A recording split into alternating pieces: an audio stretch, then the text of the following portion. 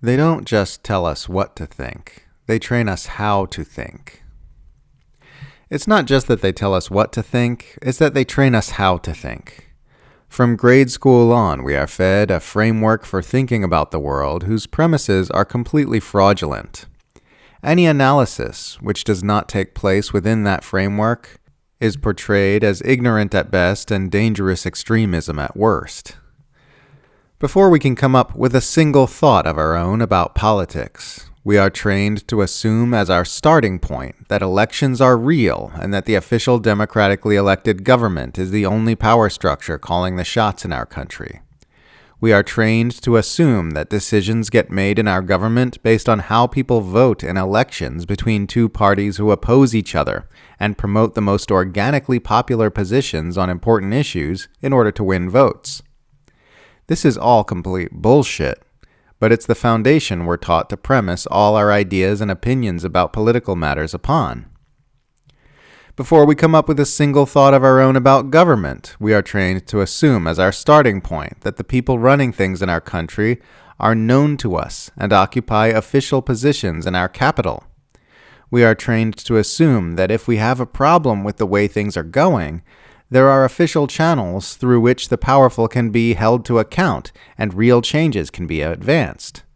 The fact that we are actually ruled by unelected plutocrats and empire managers who often have no position in the official government is never seriously entertained.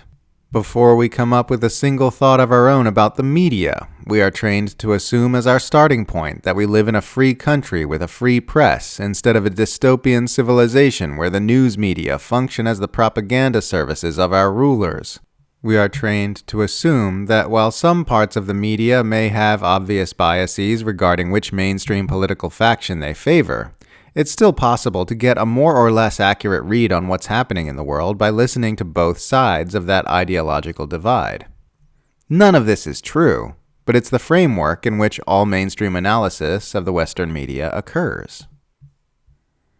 Before we come up with a single thought of our own about foreign policy, we are trained to assume as our starting point that the U.S. and its allies are more or less a force for good in this world, and that all the stories we hear about the governments and groups it works to destroy are more or less true. We are trained to assume that while the Western power structure is imperfect and might make mistakes here and there, it must never stop killing and tyrannizing foreigners, because if it does, the bad guys might win. The easily quantifiable fact that the U.S. centralized empire is by far the most tyrannical and abusive power structure on Earth never enters into the discussion. This is the conceptual framework for thinking about the world that people are trained to espouse, first in school, and then throughout the rest of their lives by the mass media. If they go to university, as the most powerful people in our society typically do, then this framework is hammered home far more aggressively, especially in the most esteemed universities that the so-called elite tend to come from. No thoughts which arise from outside this framework are taken seriously in mainstream politics, media, or academia. They might occasionally be entertained by friends over a bong or between chuckles on a podcast, but they are kept in the margins.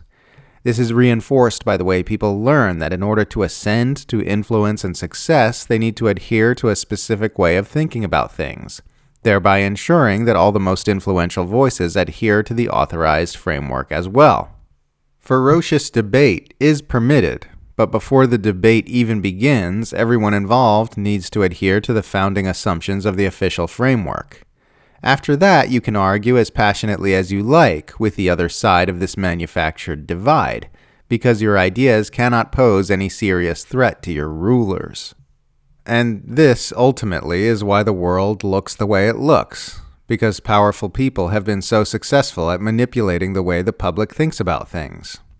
Our minds are inundated with propaganda telling us what to think, but more importantly, they are shaped and programmed how to think about any new information they might come across. Most of us are psychologically bent to the will of the powerful before we would ever even be in a position to begin thinking about opposing the status quo.